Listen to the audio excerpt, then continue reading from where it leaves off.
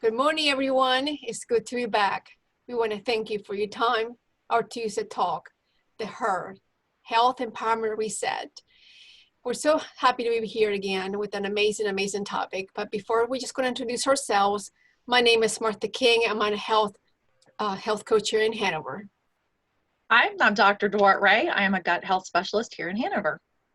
And my name is Asha Scatchard. I have a practice in New York. I'm a certified Brennan Healing Science practitioner and an integrated Kabbalistic healer. Back to you, Martha. Thank you, ladies.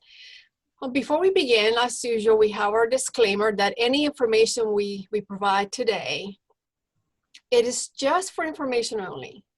It is not to diagnose, treat, or cure any disease, condition, or illness. So please talk to your primary care doctor if you want to make any changes to your healthcare plan. So today's topic is something we deal with every day, our emotions. So the title today is Emotional Freedom for Optimal Health. So we're just excited to hear what exactly, how can we get emotions not to take over us and not to drive us and not to take control of us, and how can we balance that, how we recognize the freedom in order for us to get this balance, what it means to be healthy with and well-being balance. So at this time I'll let Jaque introduce herself and let us know what the topic's about. Hi, thank you so much for having me. It's such a pleasure and honor to connect and to hang out with you guys here. This is beautiful. I am well, I do a lot of different things. I started actually many years ago, about 18 years ago, with my daughter being suicidal. And I had no aspirations of becoming any of the things that I do now, or I didn't even know most of the things I do now even existed. And it was really out of need that everything just started coming to me, and I started opening up to my divine guidance, really. And I started getting information, and that was what was getting my daughter out of it, out of the funk that she was in. She was very seriously ill. And so it was a long process. I had no spiritual teachers or anything. And so the first thing that I opened up to that came to me was Reiki, and then various different other energy modalities. And then I went to massage school. And then after that, Kundalini yoga followed. And I didn't really understand why I was doing those things. I was just hungry for the knowledge, and things just fell, the synchronicities were absurd. It was just incredible.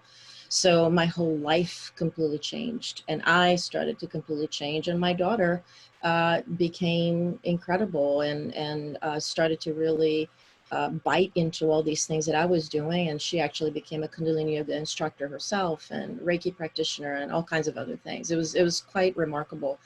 And so long story short, I ended up coming to New Cumberland to support a fellow Kundalini yoga instructor. And I ended up staying here in New Cumberland and having the Beehive here. And I attended mystery school in California, a 9-month program. I started assisting my teacher. Another 2-year program in Massachusetts came up, another teacher from Colorado. And I just had these incredible opportunities that were just landing, and my heart just kept getting bigger and bigger. And I started having tremendous compassion for people that had excruciating issues on the emotional level. And the shamanic path was right off the bat the first thing that I didn't even realize that's what it was, but that's what cracked me open. And it literally cracked me open. I felt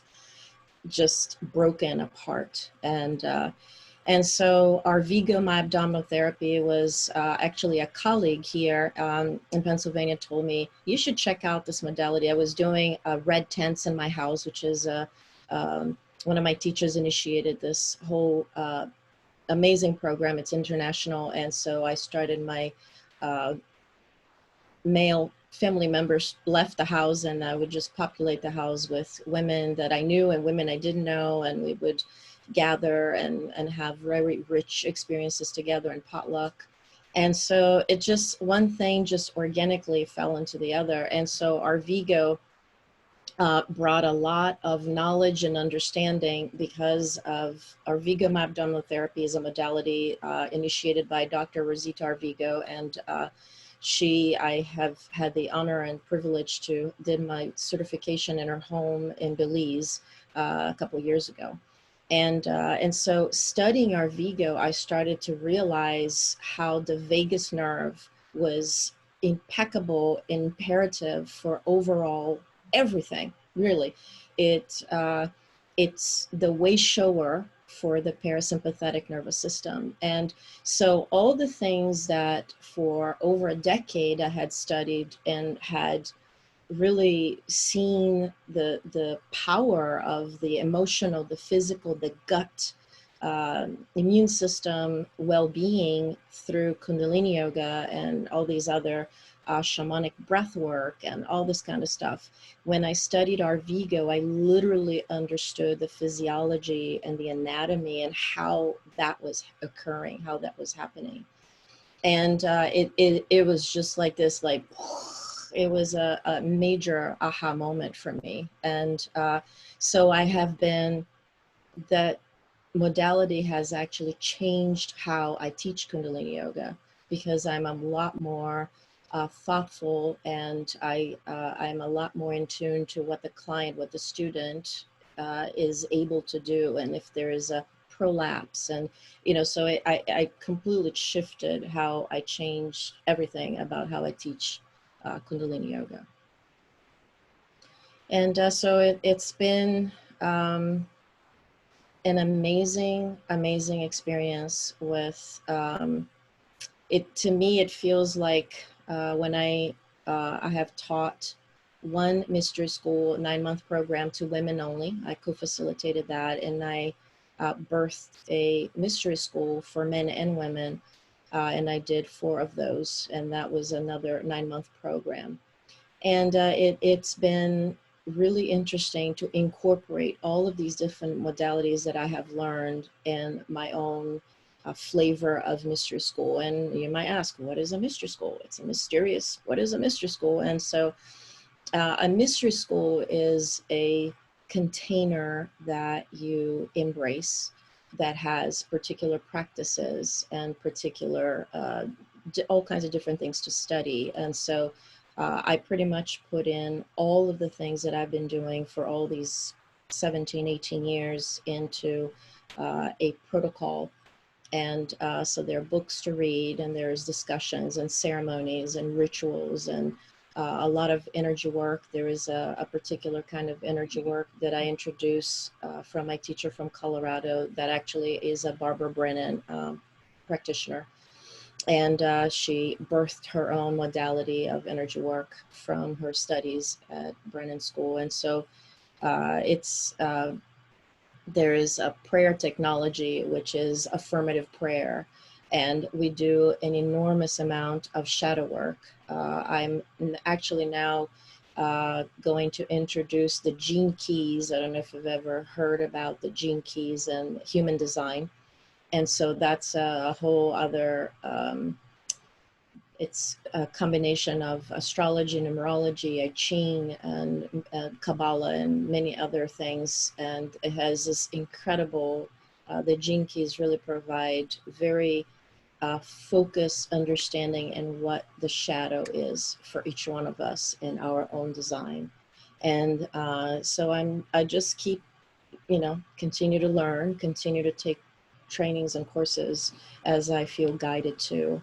And it's just amazing to see people open up to their abilities right in front of my eyes. It's just, I'm often in tears when I am teaching, or even when I have shamanic sessions, when people are literally embracing themselves in a different way and falling in love with their essence and with themselves. And so understanding how the nervous system works, and understanding how, I found that one of the most important things is that, yes, it's great to have the shamanic, practices and the ceremony and the esoteric practices, but unless we understand that in the intellectual way, so that we can really embrace, so that we can really shift and catch ourselves when we are straying from that ultimate liberation, that our soul is here yearning for us to liberate ourselves from, you know, the egoic aspects, and so we can integrate all of that.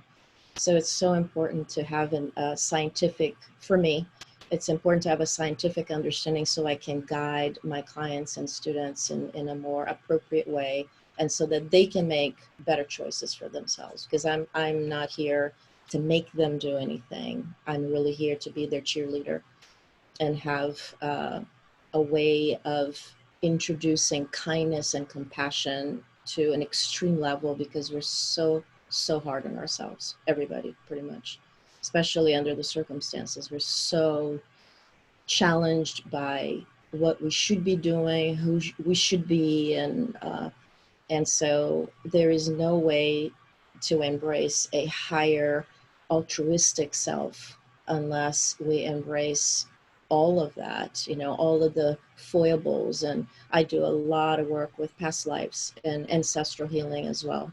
And unless we can bring that extreme, beautiful compassion and tenderness to ourselves, it's I find it really impossible. So I just absolutely adore working with new people. It you know, when they start understanding that they're so much more than who they are. It's so there is such a beautiful innocence to finding out who we truly are. And I absolutely adore working with people that are hungry to change their lives, to embrace ways in which they are not bullied by themselves. We, you know, terrorize ourselves, and that also invites challenging personalities around us to teach us lessons on how to set boundaries and all that good stuff. And so it's really exciting to see people that are newly embraced. There's so many new people coming out of the closet right now. It's so cool. I've been getting a lot of people for all kinds. It's really cool, because when I see, if a person comes, let's say for a shamanic session, and that they're just freaking out and things in their lives are just falling apart and they can't catch it, they can't control it. And so this is the most amazing time to open up to healing, when we are, you know, out of our guard, and, you know, the armor is just melting away. And so it's so powerful to share and to embrace people and guide them in this particular time of turbulence.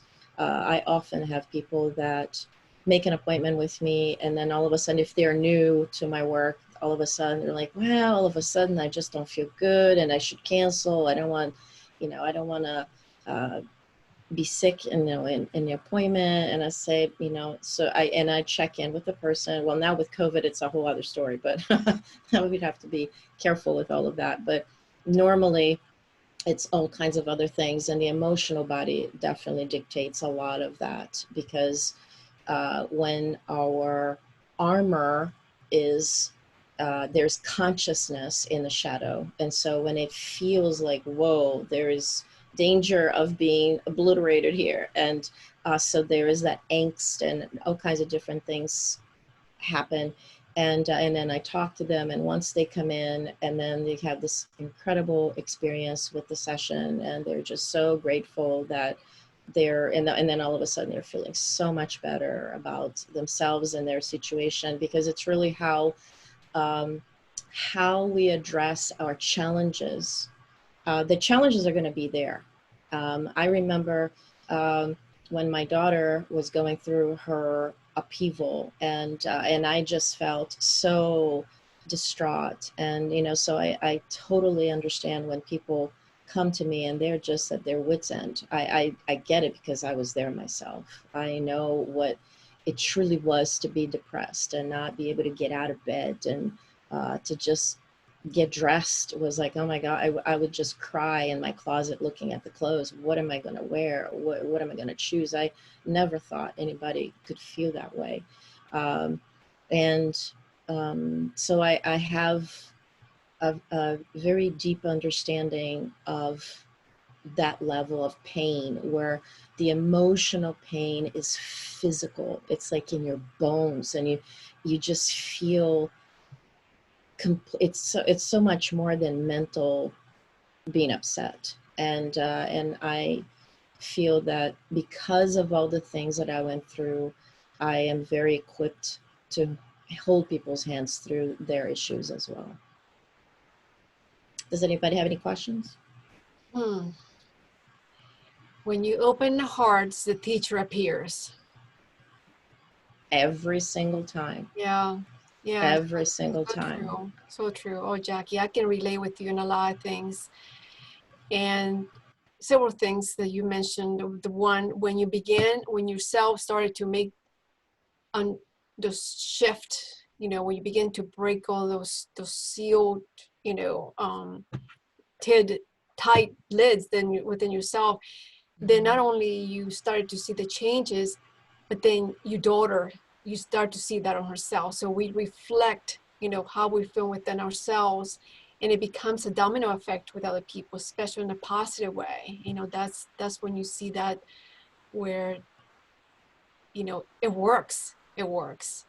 So several things that, you emphasize several times, about the emotional freedom, for optimal health.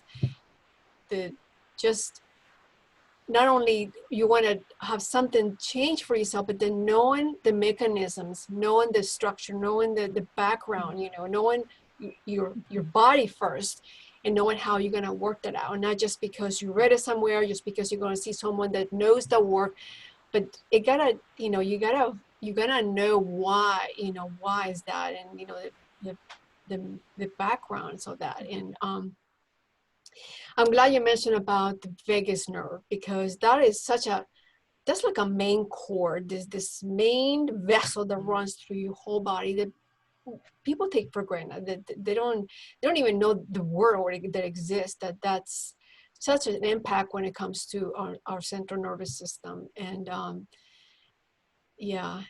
Yeah, and I actually suffered with IBS since I was a teenager. I had a lot of mother issues, and so I started having a lot of issues with my gut, and that really messes your immune system. And so when I started doing yoga, I started to have some relief, but I didn't understand. I just knew that breath work was really helping me, and but at the same time, I didn't quite understand in relationship to, all of the trappings of my shadow, so understanding everything is, it's a click, click, click. It's all these gears together.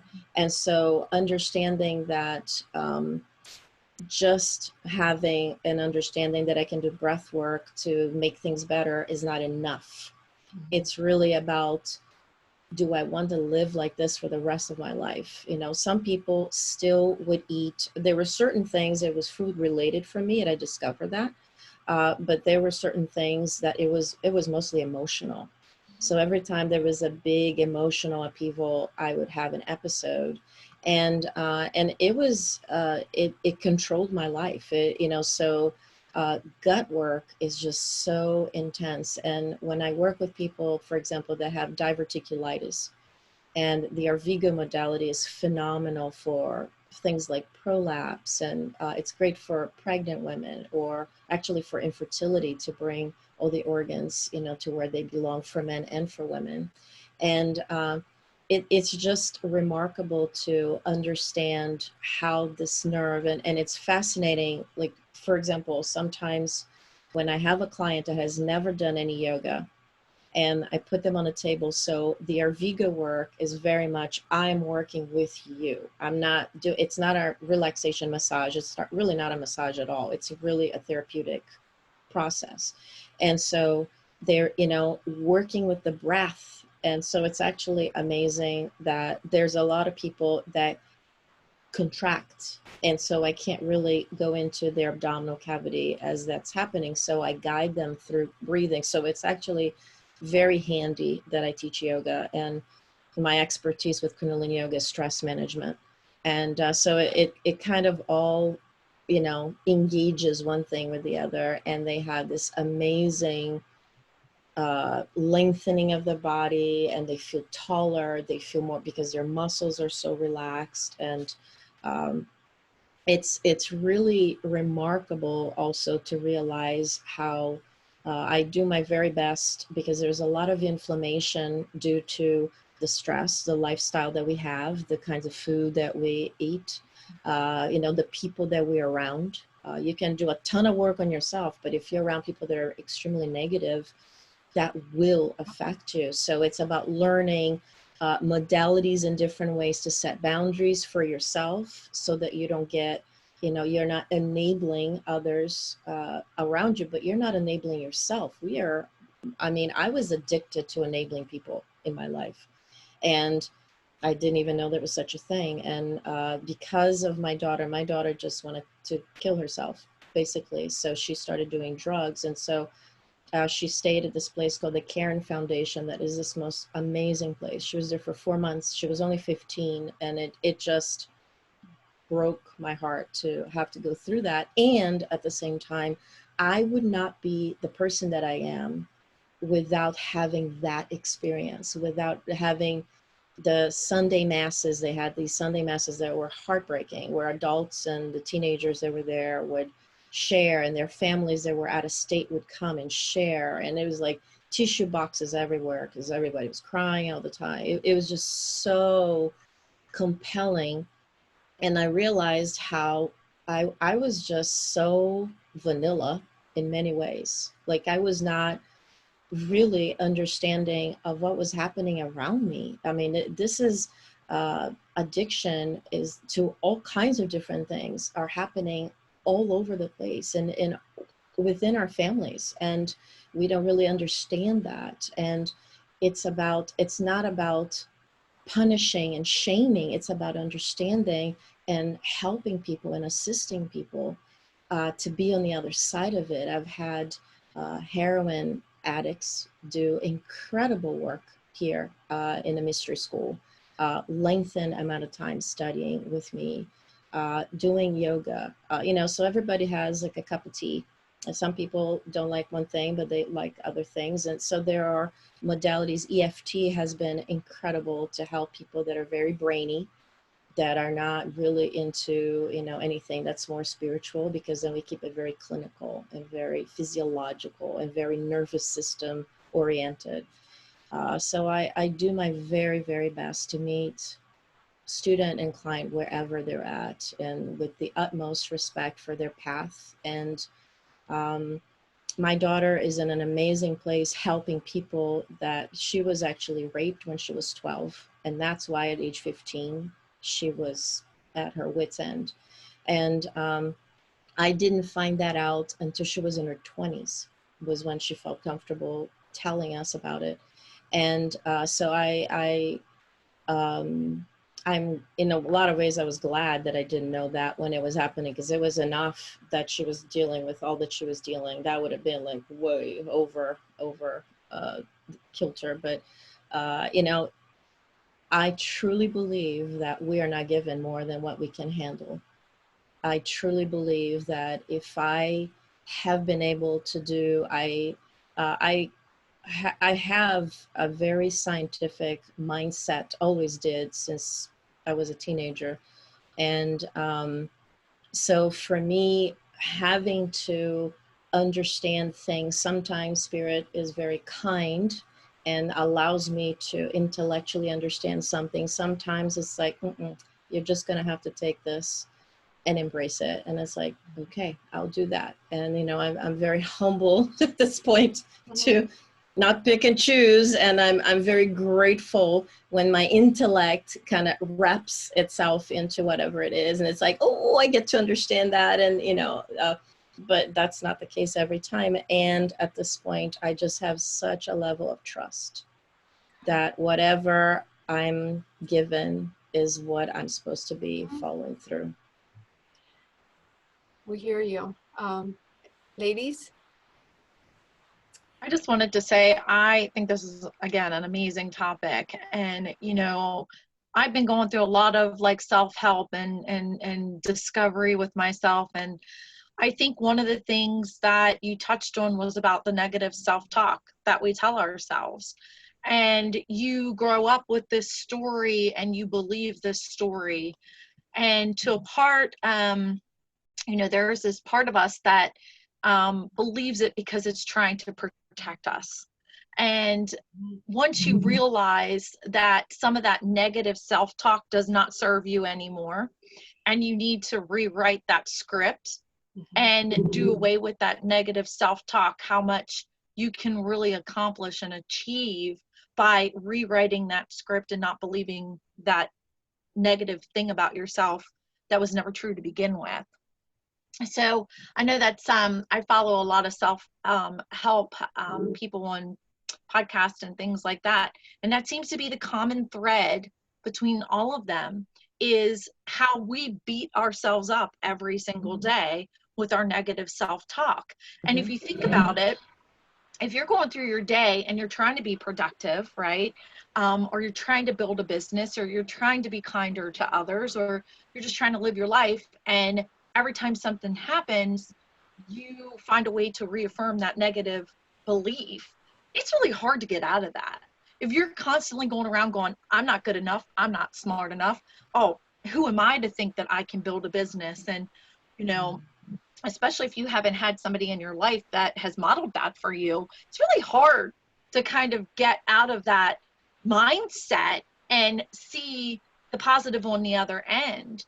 And I think that the work that you do is really powerful in helping people not only get rid of that negative self-talk, but also to realize that there is more out there for us.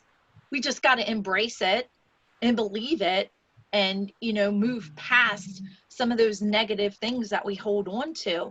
And it's difficult. It is really difficult to let go of some of that. I know, like I said, I've been doing a lot of work on myself with negative self-talk. And it's really interesting how I've been working on it for over a year now. And I still will catch myself saying something like, well, you know, there's not enough hours in the day, so how do you think you're going to get all this done? And see, this is why you can't be successful. And I have to stop myself and say, tomorrow's another day, right? I may not. And I kind of acknowledge those thoughts now too, where before I'd be like, stop thinking that. That's bad. Now I'm like, thank you. I appreciate that comment, but you know what? Tomorrow's another day, and we're going to get what we can done today. And what we don't get done, we'll get done tomorrow. Absolutely. Yeah. And that's one of the gifts of having a 9-month cocoon and people that you're on a weekly basis doing energy work with each other and doing prayer, affirmative prayer. The affirmative prayer is something that it's really challenging to learn because the first step is about acknowledging that there is a source, creator, something, you know, whatever you want to call it. The second is acknowledging that you're part of that. The third is the most challenging step, which is the subject matter for your prayer. And so this is where I actually have my students write it down. And then you get to see how negative we are in about everything.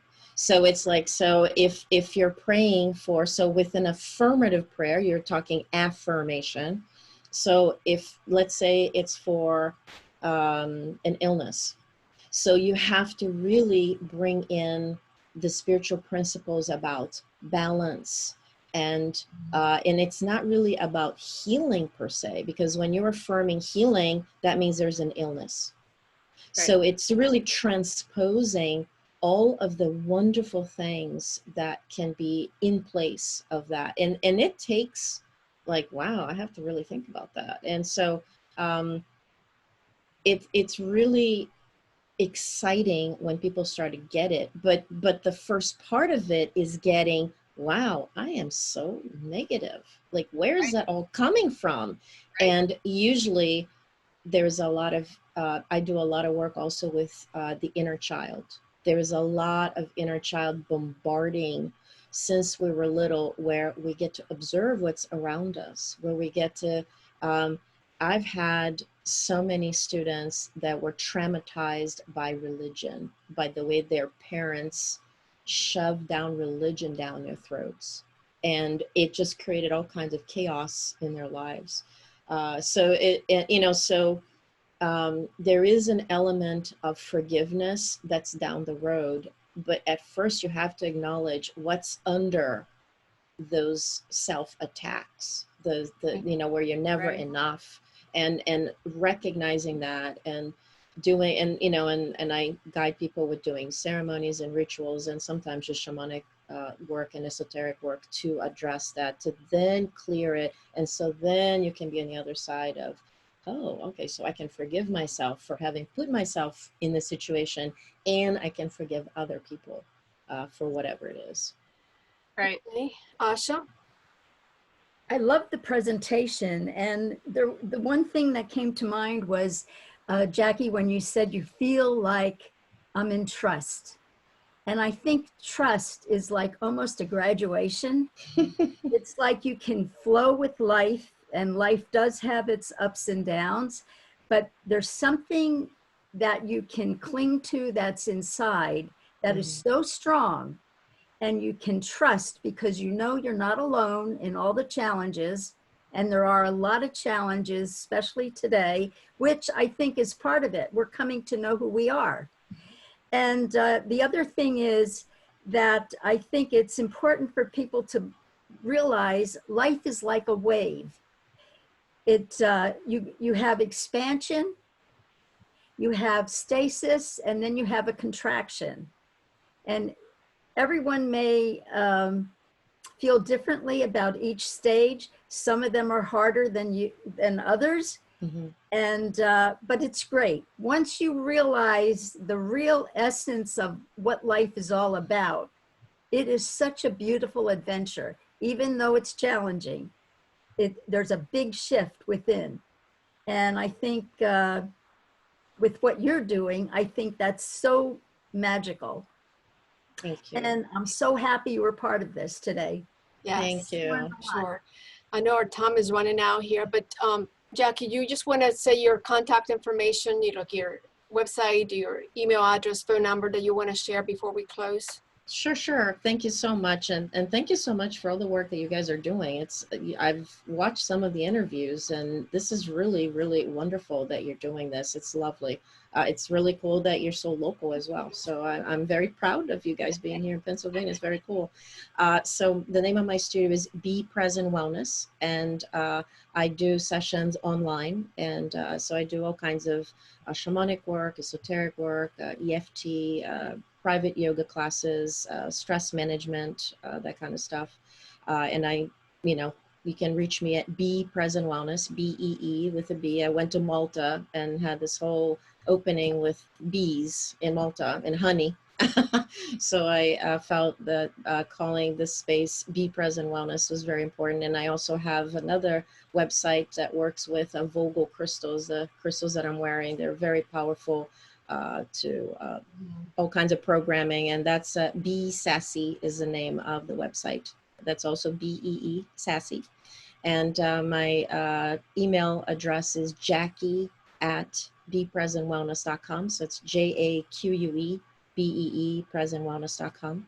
And my phone number is 717-448-1281. And I just really am incredibly in awe of everybody that's waking up to their radiance, and it's really beautiful to be part of this. So thank you for providing that for others that are curious, that are inkling into something, and here you're providing this service for people. So thank you so much for that. Thank you. We're excited. And for all of you out there, our time is running out. Just wanted to know just remind everyone our online virtual summits coming up in September, and Jackie's going to be one of the speakers. So we're very excited to have her on board for the summit. And so our time is running out. We thank you for your time, and we'll see you all next week. Bye. Bye. Bye.